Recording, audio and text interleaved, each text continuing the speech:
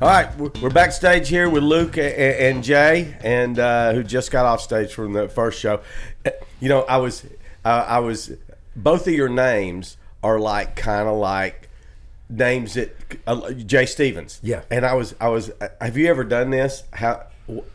Pull up your name and see who else is Jay Yes, Stevens? I have. That's Jay Stevens, but there's also, because Jay sounds like Ray a lot, and there's a porn star named Ray Stevens. Well, you got Jay Stevens, poet, Jay Stevens, professional hockey player, Jay Stevens, corporate executive, Jay Stevens, obituary, But we don't want to be there. and Jay Stevens, model, and Jay Stevens, guns. There's a gun dealer named Jay Stevens. Okay, we It's out definitely there don't too. want to An mention arms dealer.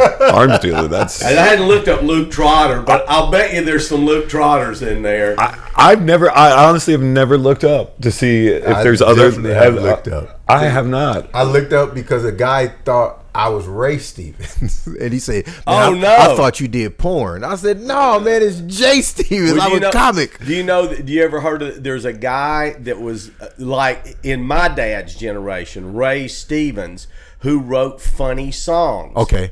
And was famous. I mean, he was on the Tonight Show and stuff. There was one, they call me the Streak. About streaking, and he was a famous guy, Ray Stevens, back 60s, 70s, kind of a thing. I would have rather been identified as him than Luke the modern Trotter. Ray Stevens. We got Luke Trotter, Black Rock. Luke Trotter, That's not good. Jeffries, Luke Trotter, Love Island, Luke Trotter's Missing. That explains a lot. I went to Love Island. I know. That's exactly what And happened to me. some Luke Trotter has enough money that he's got a net worth in here. Well, that's not me. I wish that. Yeah, no, that's unfortunately. I did not make smart financial decisions. That guy's doing way better. And yeah, that's the only thing. When you got one of those kind of names, it's like, oh, good Lord. Yeah, on that the common internet, name. anything could come Anything up. could come up. Exactly right. I'm almost now wanting to pull up Ray Stevens because now I got to know. Now you gotta know. if porn star Ray Stevens. Yeah, I was about to say, careful. Because if you just said Ray, as soon as you said Ray Stevens, I go, oh, he knows that guy. he knows was that the old guy. Yeah, not that songwriter, guy. man. So It's How great another, was that it's conversation another with big that Ray. guy? Like Ray I thought you were Stevens, the porn No, star? America- I thought you was the porn star. I said, I didn't know the porn star did comedy now. I said, oh my goodness, dude. Ray no. Stevens, American singer-songwriter. Ray Stevens, songs Ray Stevens News. Ray Stevens son. No, Ray Stevens porn star is not. It's not a thing? He might have passed. It's not coming up on the Oh, Google okay. search. Well, that's very good. Quick. He went to the know. giant, the king-size bed in the clouds. Yeah, That's good. He ain't there Exactly. no He more. There did- won't be no mistakes anymore. yeah. He's on the dark web, obviously. Ray Stevens. Where you could buy missiles and drugs on the dark web, then it's Ray Stevens. Ray Stevens wrote, "Everything is beautiful in its own way." Oh, okay. The that, singer. that song. And then he wrote a bunch of Guitar Zan, The Streak. The Streak. The Streak. I'm going to have to pull that up and listen to They that call one him later. The Streak. Yeah, what is it? He's still alive. Somebody's still alive. He's 85 years He's old. probably still doing concerts. Yeah. Yeah, the goof Probably. is he probably is. Probably is. Maybe I could book him. Going through those That's how senior you live to be communities. 85, though. Right, Like, right. that's, money. Well, that's the beautiful thing about Sarasota is I could book Ray Stevens and he'd pack this place. pack it out. Oh God, yeah. They go, "You bringing Ray in? Like, what? Is he going to come out streaking? These are people. You raise people here." You know? Well, when you were saying earlier how the Smothers Brothers was the one that crashed the website, I was like, well, yeah, Sarasota. Like, Oh God, yeah, Yeah. absolutely, absolutely. Wow. Yeah. Like I had a comedy book by the Smothers Brothers. I never That's read all it, right. but I had it. Like, Do you know the Smothers Brothers? I don't. I do not. This- You said comedy. It wasn't the Comedy Bible, was it? No. Oh, okay. No, okay. no, no. Okay. Smothers Brothers were their show was 1969. Okay. And that was in the days of 3 channels: NBC, ABC, and CBS. Yes, sir. That was it. Rabbit ears on the television. That's it. Floor model. That's right. And cabinet floor model if you was somebody. floor If you was model. somebody, When you you had open the it up, cabinet. yeah, you with know the what I speakers mean? on the Oh, side. Yeah, man, it's badass. Sorry. Yeah, you had me They there. were, and there was only a handful of television shows that were in color. Okay. and my grandfather had one of the first color television sets, and it had a remote. We thought it was the coolest thing in the world. Now these were the ones where you turn the fucking channel, Yes. click, click, click, click. So they had this remote, and you hit the button, it goes ka-tunk, ka-tunk, ka-tunk. Fucking I didn't even know they had remotes No, back I then for didn't that know deal. either. No, Yes, way. he had a remote.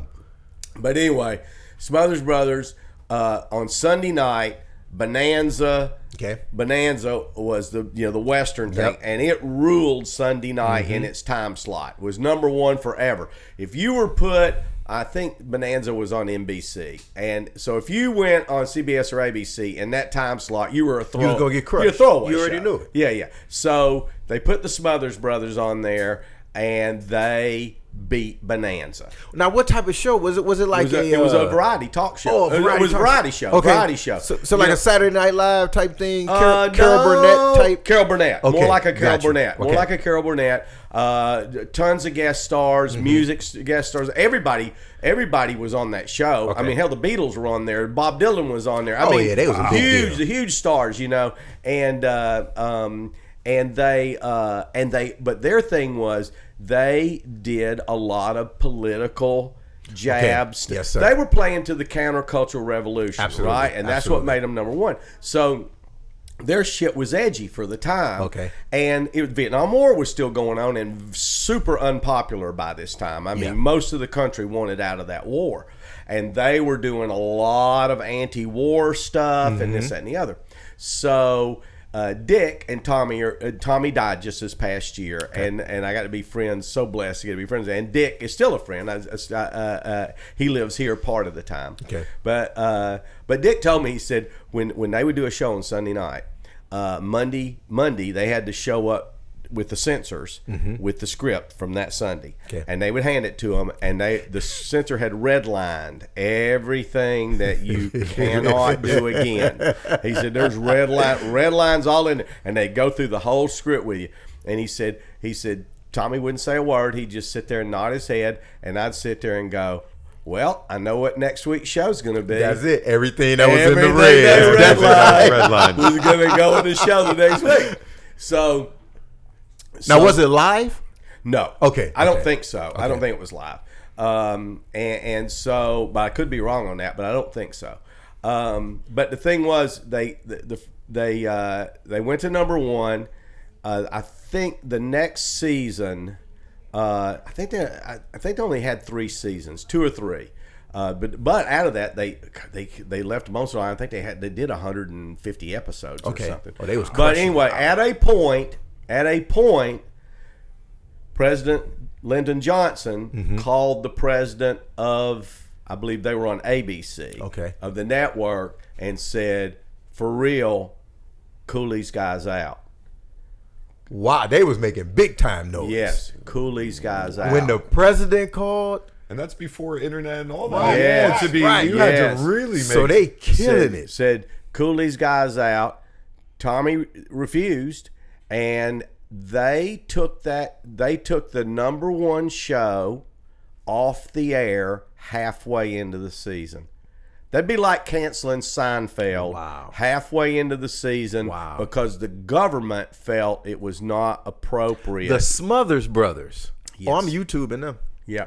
Oh, I gotta watch some of their You can skits. look at some of their stuff. It's still poignant today. Yeah. And great. Yeah, you should. Everybody should I look like up the it Smothers because I'm a Brothers. content creator. So, just being able to create content on social media like I do, and just to be able to go back then and like, wow, that stuff is still like relevant, or the concept of it is still Absolutely. relevant to this day. Absolutely. Oh, I mean, a lot of the, you go back to the 70s and you look at a lot of what all the artists were, especially protest kind of stuff that was being written about anti-war, environment, all that kind of stuff.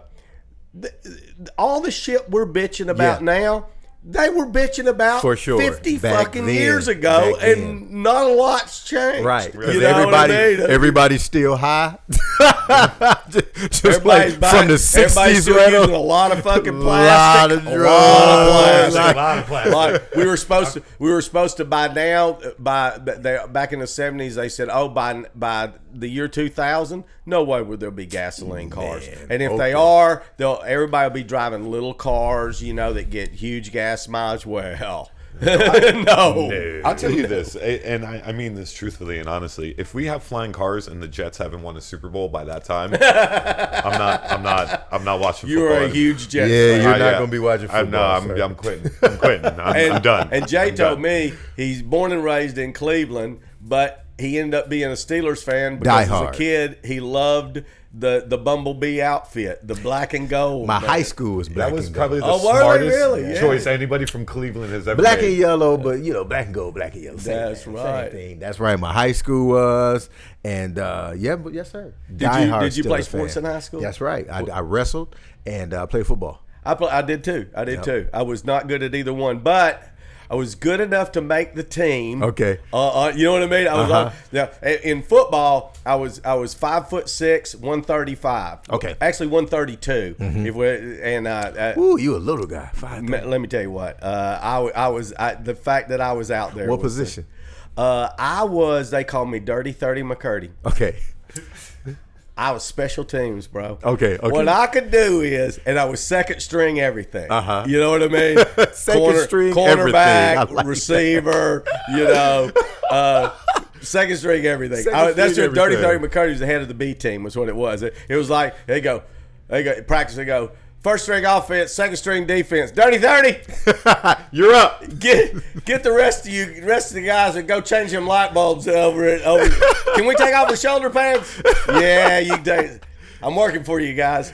But I was good. I tell you what I was good at. I was kickoff return and that kind of stuff. Yeah. I was good. I was pretty fast. Yes. And was a good tackler. Okay. And I could tackle a big guy because I knew how. Because growing up as a kid, I was little too. Yeah. And I learned the only way you get big guys down when you're little is ankles, man. You got to get down, That's but right. you got to take those ankles out. It's the only thing you can do. Yes, sir. Mm-hmm. That's funny. And so you wrestled too? 130, 135. 132. Okay. And they coach wanted me to really be at 126. Okay. But I tell you, I just wasn't that dedicated. I wasn't no. You want to go cut weight? Well, not that much. I was like, I'm not gonna walk around in a plastic suit at school all day and then trying to sweat it you've out. done it. Yes, I sir. know you have. I mean, I know people took a laxative before. Yes, sir. Yes, sir. I don't think they can even do that stuff nowadays. Well, You'd be amazed. In college, because it was in college. And what would happen is you got a guy that normally walk around at 225 and he would cut all the way down to like 185 to wrestle in college. And it was unhealthy. It was unhealthy. So they stopped that. They stopped that. It's like the thing was, how far can you cut down without losing your strength? Yeah. And still keep your strength. Because if you could do that, that's effective. I didn't cut weight a lot because I was always strong. So I always wrestled. Like if I weighed 140, I would wrestle 145, 152. If I weighed 145, I always wrestled with the heavy guys because I was always strong. I mean, I think cutting weight 5 pounds, 5-7 pounds maybe, okay. But these guys are losing 15. Yeah, it was ridiculous. It was crazy. But you know what was crazy about wrestling back? I don't know if it happened back then too. We would always have wrestling invitationals the day after Thanksgiving. That was torture. Because you couldn't eat nothing. You couldn't eat. You couldn't eat nothing until you weighed in the next day at the tournament. Then that whole gym smelled like Thanksgiving food. Because now we can eat our food. Man, I remember. This bring back memories for you. Is that we would after practice, we would put those damn rubber ass suits on. Yes, sir. Sweatsuits. Sauna suits. Yeah. Put those on with your sweatsuit over the top of it. And then we would take the wrestle mat and roll them over and crawl inside of the mat. Yep. And they usually kept our wrestling around 90 degrees or so. And we'd crawl in there and just sweat. Just a bunch so you of can make weight. 10 guys in there sweating and saying crazy shit. Then when you take it off, it's just sweat and water everywhere when you go to weigh in. It was nuts. But it was my favorite sport. Yeah, it's the most disciplined sport. It's the most disciplined sport. And what I loved about it is just like boxing. If you lost, it wasn't nobody else's fault. Well, I always thought wrestling prepared me I always thought that, in stand-up comedy, I never really was intimidated about getting on stage by myself. Yep. And I always thought wrestling in junior high and high school, 6 years of that, prepared me for that. Yeah. Because like you say, even though you're on a team, it's just you. It's just you out there. And I don't think I'd ever been any more nervous about anything than going out on a wrestling I remember mat. one season. One season in our division we went undefeated. But one particular match, everybody won their match except for my best friend. We let him have it. You talking what?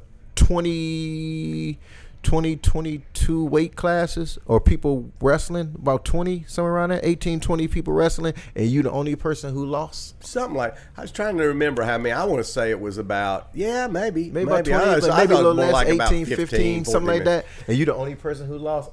Where I got in trouble was I started a pin pool. Okay. And so everybody had put $5 in, and whoever pinned the guy, if you were the only one that pinned, you got all the money. Yeah. If there were 2 or 3, it was who had the fastest time in the pin. Yes, sir.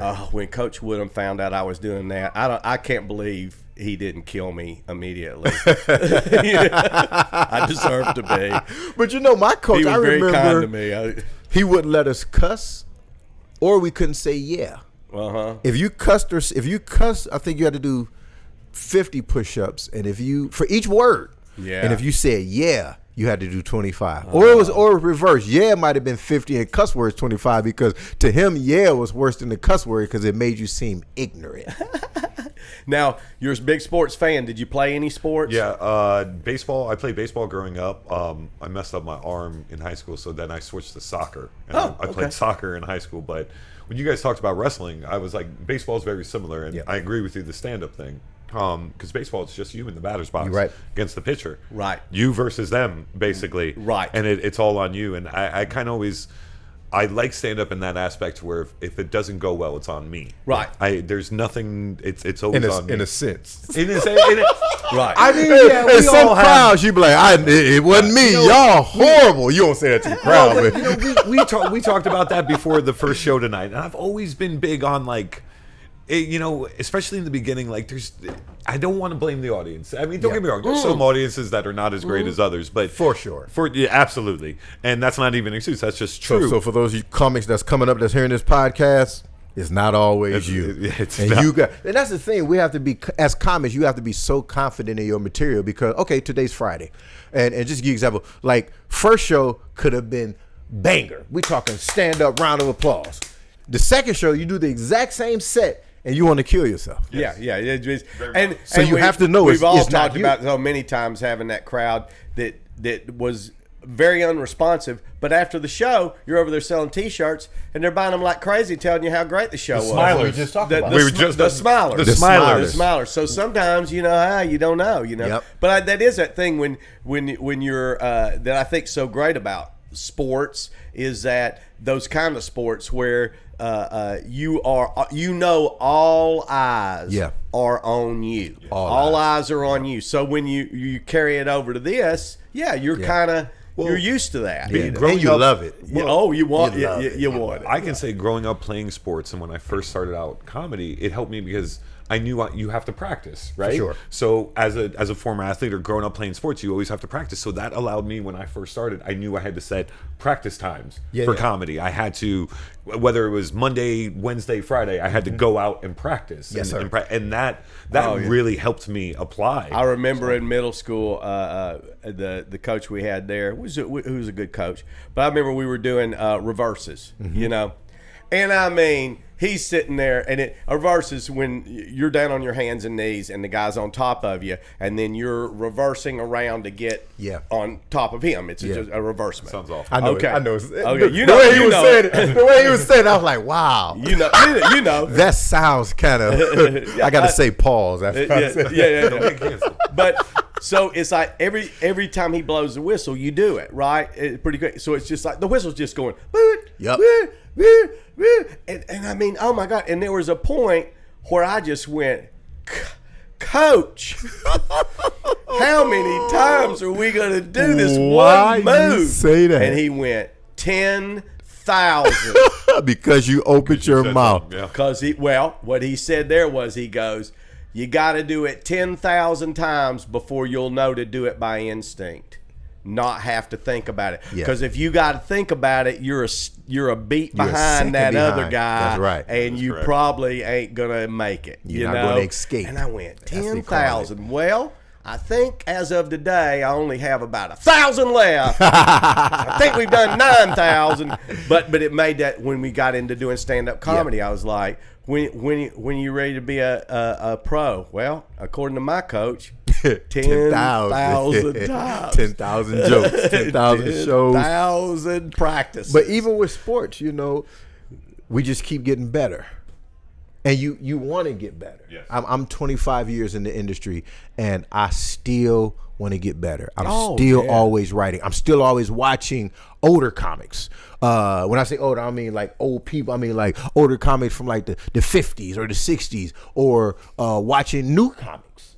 When you're a fan of comedy, you just enjoy the art of it. It doesn't matter if it's an open micer who this is his first time. If that's funny, my God, I'm laughing. I love when I'll say there's not as many of these as you think there would be, because there are a lot of comics that you get that hour of material. Maybe you've got an hour and a half, and you go, I can sit on this. I can make a career out of this. You know what I mean? And just hone it. You know what I mean? And maybe add a little something here and there. But I love seeing the comics that are my age, my generation, that I'm 69 and got into this when I was in my early 30s and actually late 20s. But that are still, they come in and they're still working on it. And not only working on it, I can see the improvement. Yes. You know what I mean? And I go, man, I love that. Is so great. And you know who else appreciate that? The fans. Oh, God, they do. They're like, this guy is still writing. He's still trying to give us a new, 45 minutes to an hour. I walked in this green room one night, and Kevin Nealon's sitting right here, and he's got notes out. And he's pouring over those notes, and I mean, not just kind of looking at stuff, like really intensely. And I'm like, "What's up? You got a whole new?" He goes, "Man, yeah." He said, "Fallon wants me to go on Tonight Show," and I go, "Well, you've done that a million times, He goes, "Yeah, but he don't want me to just come over and talk. Yeah. He wants me to come out and do a stand-up set." And I hadn't done that in a long time.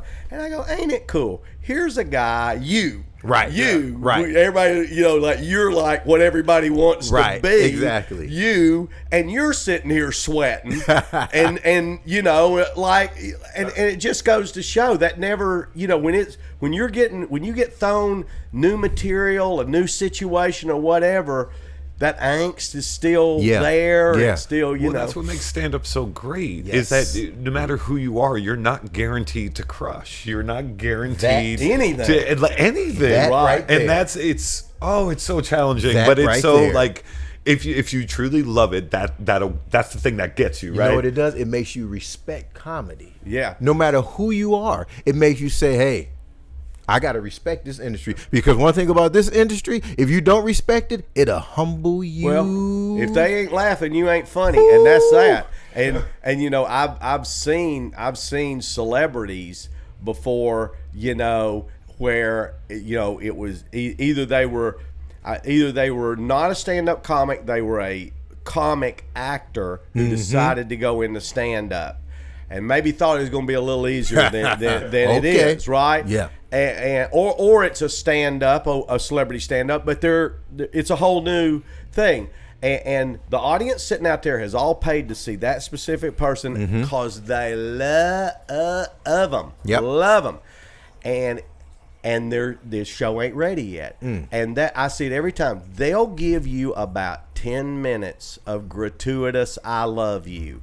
And after that, It's a wrap. They won't boo you, Right, because of who you are. Of who you are, Right. but They ain't gonna laugh. no, if it ain't funny, It'll humble you. they're not laughing. That's They're right. not going to laugh just for the fart of it. You know, have to stay humble Yeah. in this industry, It's no matter who challenging. you are. But that's I always say it's talking about aging and keeping your mind active and this that, and I go this sport, it just you're just constantly working that brain, Yes. and I think even though you're going for funny, because you're evolving, it's working your brain in a lot of different ways. Yeah, you it know? is. And you know who, because like I said, I like to watch a lot of comics. You know who has really made me a better comic off of watching them? Dave Chappelle. This is what Dave Chappelle has allowed me to do that I don't mind. That it's a killer to comics until you get confident with this. Watching him made me be okay with silence. Dave will set up a joke for 8 minutes. I'm talking about a little bit of laughter. It's silent, but that punchline, boom, it was worth it. And as I watched that over the years, I start saying silence is okay if you know it's going to hit well. But most not gonna say most, but a lot of comments like, "Yo, I can't deal with silence, man." I heard that saying very early on when I started comedy. Embrace the silence. Yeah. I didn't truly understand it. I just celebrated 10 years in comedy in July, and I think I probably just really understood it. Yeah. Only a couple years ago. Yeah. I Yeah. mean, really. Silence, I had a man. comment, and I was one of those. It was like that too. When me and Ken first got started as a comedy team, our mission was loud and fast. Right. Because if I'm loud and I'm fast and they're not laughing, I can't hear Yeah. that they're not laughing. I'm just moving in. But I had a comment. I don't remember which one it was. Tell us. He goes, when it's silence and it's silent, they're focused. Yes. He goes, when they're focused and hanging on every word, you've got 'em. You got them. And he goes, now when it's quiet and you're hearing stuff clank around and shifty movement stuff, he goes, that's not good silence. That's a different silence. That's they're getting uncomfortable, they're getting bored, they're getting that kind of thing.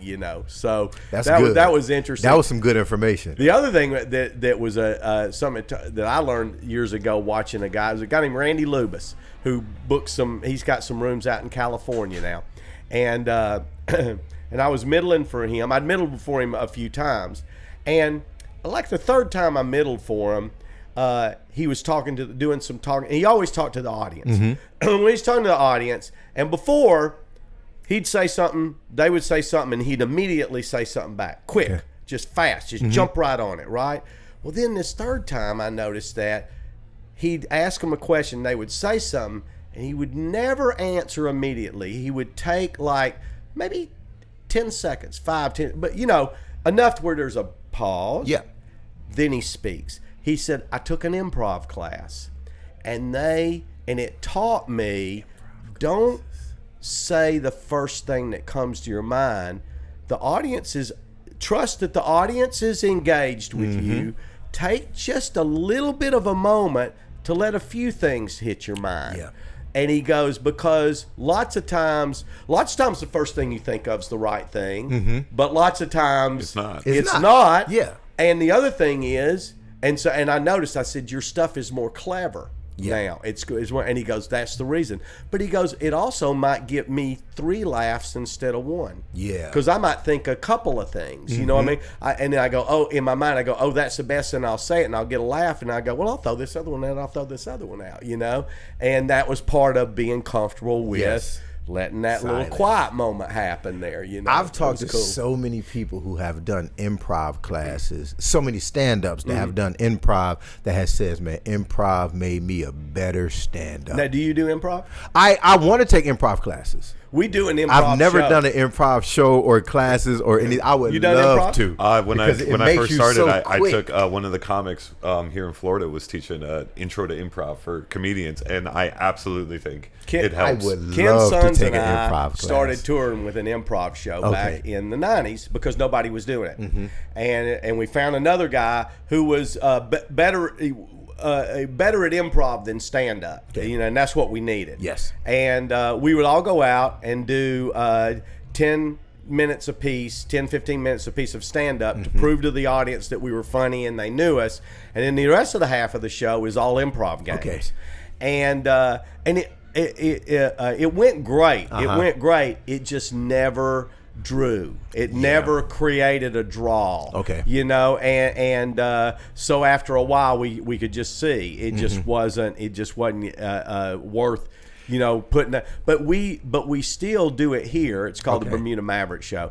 But we have about 4 or 5 local comics that are all pretty good at improv. Okay. And love doing it, and that are here all the time. And we only need 3 to pull it off.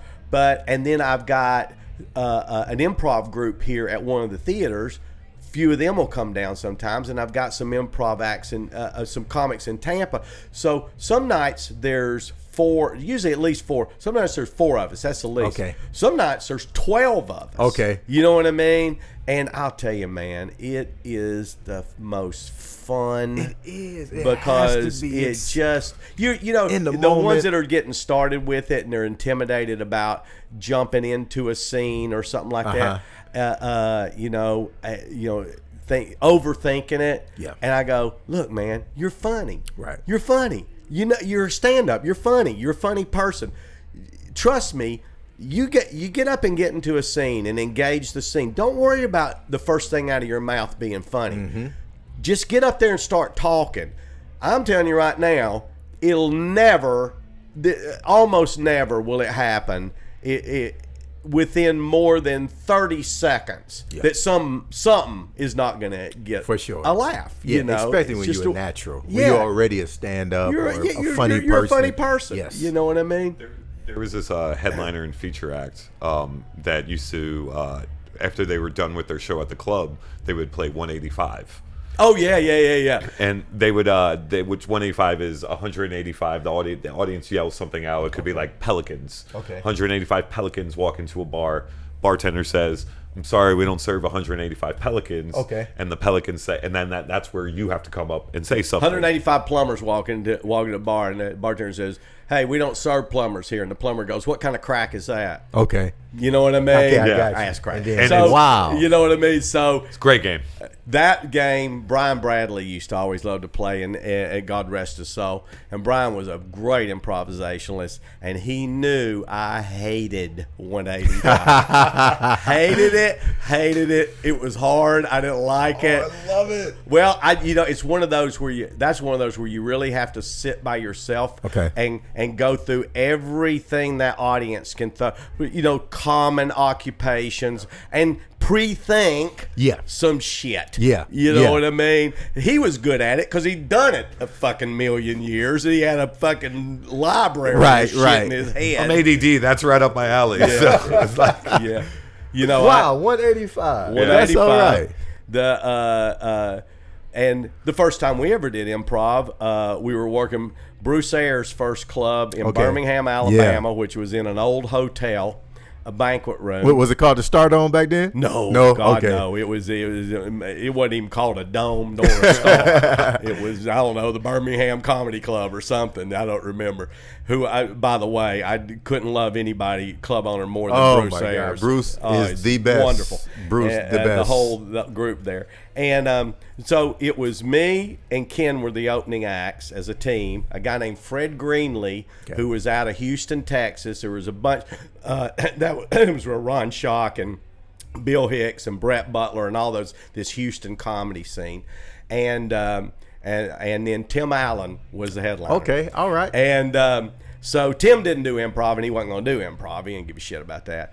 But Fred talked to Bruce. He said, "Hey, if we got a good crowd, do you mind if we do a little improv after, like an extra thing?" And he's like, "Yeah, maybe I get another, round of drinks out of them or whatever, And Fred said, ask us, that afternoon, he said, "Would you guys do it?" And we go, "Well, what do we do?" He goes, "Look, this is one where all I'm going to do, I'm going to put you guys in a scene. I'm going to tell you what you are, and then you go. And then every once in a while, I'll say freeze, and I'll take shit from the audience. what's he going to say? What's he going to say? What does he have in his hand? Give me an emotion for that guy, whatever. So all we had to do is just respond to whatever the fuck Fred got. Okay. And we had a blast. And it was so ridiculously silly. And what we realized was we didn't really know what we were doing. We're just going with instinct. Fred was kind of guiding us. But what we saw with the audience was even when it was bad, they didn't care. Right. They knew you were flying by the seat of your pants, and that made it funny in itself. Absolutely. You know what I Because they mean? watch it like, Dad, these guys are so fast with Yeah. it. Even if that one wasn't as funny, it's still just. Can you believe he said that stupid shit? They respect it. They really like. Yeah, that you're there's an trying. appreciation. Yeah, That you're like, just trying. Yeah. What's the show that comes on television? Whose line is it anyway? Whose line is that in? Yeah. That's what Wayne Brady. Yeah. Yeah. I watched that like, oh my God. I mean, they just Oh yeah. they Yeah. spit it off. Yeah, that's I'm it. like, They're great. wow. Beautiful. And you know, I love this story when Amy Schumer won or didn't win, when she was a finalist on Last Comic Last Standing. Comic Standing. And I was with that first. I think it was the first season, first or second. And we're watching it. You know, it's new. And I loved Amy on the show. And I kept telling my wife, I go, that girl's funnier off stage than she is on stage. Yeah. I said when she gets to the point where she brings her cell phone stage, she's Yes. gonna fucking rock. Right. You know? Right. And so I said, I'm booking her. And so I called and several people said, Les, she's not a headliner yet. She only been doing it for 2 or 3 years, you know. And so I taught she had an agent. I said, can she headline? They're going, oh yeah, absolutely. You know, I go, whatever. So Amy, I go pick her up at the airport. We're in the car, and I said, Amy, look, don't take this bad. I just don't want you to do something you're not comfortable with. Mm-hmm. How much time are you really comfortable doing? And she was straight up. She said 25 minutes. Right. You know, I'm comfortable with. I said, cool, do 25 minutes. I said, you know, we'll just build the show around that. I said, you ever done improv? She goes, no. I go, would you? She goes, yeah. Because she's just fearless. Yeah. She's fearless. And she's like, yeah, I'll do it. And I go, and so I came up, I explained a couple of real simple structures that her and I could do. And each one we could do for about 10 minutes. Okay. And that's what we did. And the first 2 times she came in, that's how we closed all the shows. Yeah. And it was a fucking blast. Wow. Then the third time she came and she got in the car and she goes, hey, I got the show. No need for the improv I said, now. I like doing improv. She goes, I know you do, but you can. I got it. You I can got stay. You can do your little opening thing. And That's funny. But I like how you said, you know what? she's fearless. I'll do this 25. You're fearless. I know the improv will work. Boom. And gave the audience an amazing show because that's what it is about. Right. Well, you knew. Giving them a great show. I knew with her just from watching her. I go, she's just fucking funny. Mm-hmm. You know what I mean? She just naturally. I like you the know. progression though. The third time she's like, yeah, I I got got it. this. I got it. But the fact that you saw it, like, you know what? Because when someone is naturally funny, they're going to become someone Oh God, yeah. in this industry. Absolutely. You know, and you saw it. You said she's naturally funny, and I believe she would be fun at improv.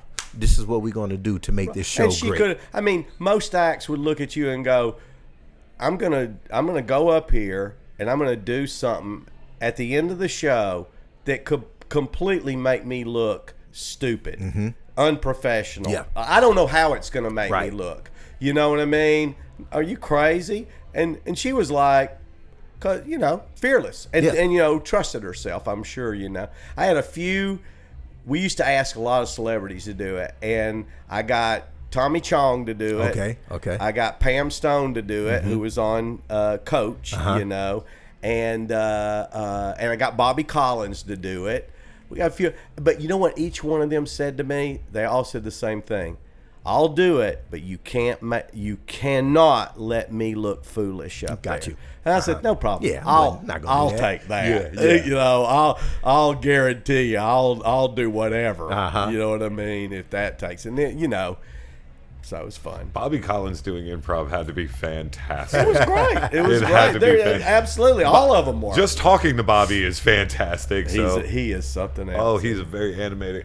That was my first club feature. Okay. So you know. Yeah, so he told me stories that I just sat there as a young comic, just like, tell me more. Like, I used to love hearing when you're the middle and you talking to the headliner, you just listening to all the road stories or the progression of becoming a headliner. Oh, I used to love those stories. Love them. Who was there somebody that you worked with who do you have a starstruck person that you worked with? That I worked with?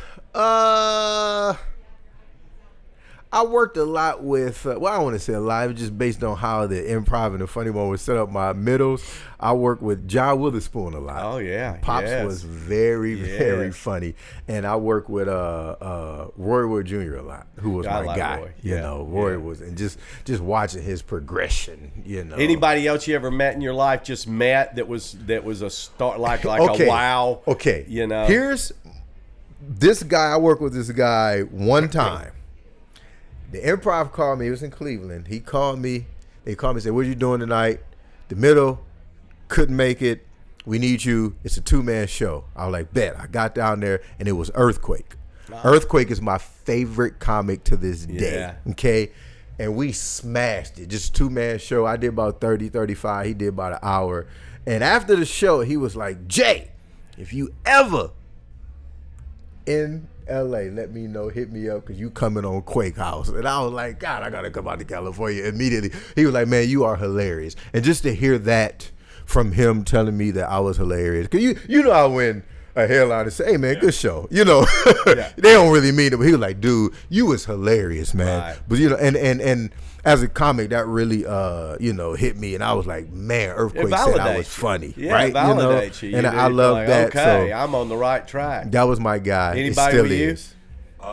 And I'm not even saying work with, just somebody you met that starstruck. Now I wanted to meet. Excited before you go, Luke. I wanted to meet and work with, but never had an opportunity. Bernie Mac.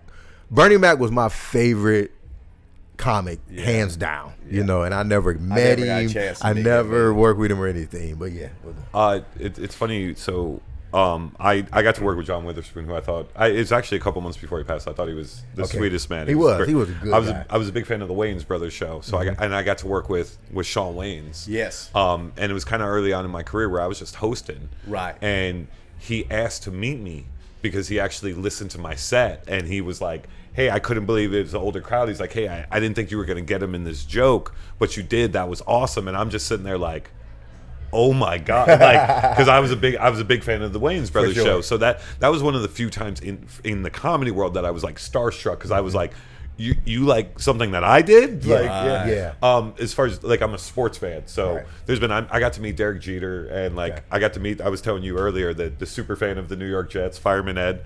I fanboyed the hell out meeting Fireman Ed. I mean, I was like he was like Dave Chappelle. But in the comedy world, not so much, but in the sports world, Got you.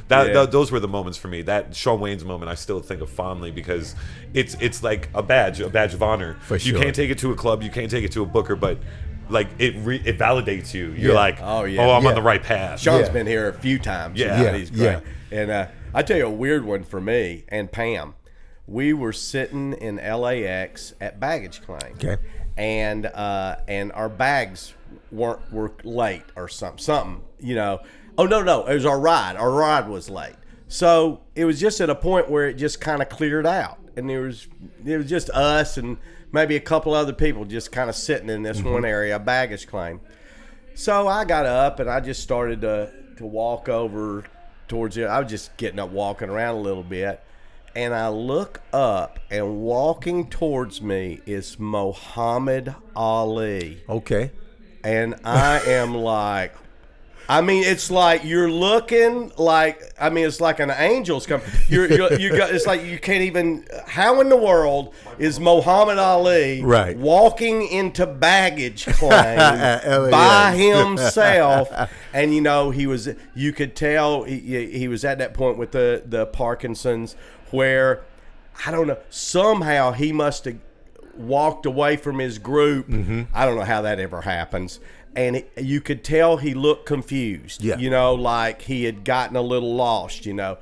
And I walked up, and we start walking up to him, and about the time I was going, Mr. Ali, because I don't know what else to call him, you know. Mr. Ali, can I be of any assistance? You know, can we be of any? And about that time, like 4 people came up, you know, and grabbed him. Yeah. And we were just like, me and Pam were like, that was the craziest moment ever. Because the only time I'd ever seen him before was he was in a parade in Memphis, and of course you were, you know, 100 people back saying, I saw him, you know, and then here he comes, you know, like, oh my God, that was nuts. That's amazing. Wow. That was nuts. Ali. My palms got sweaty just listening to that. I was like, I same thing. Like, Muhammad Ali. You're doing like, a double take, like, hey, is that who I think it is? Yes. You know, that was insane.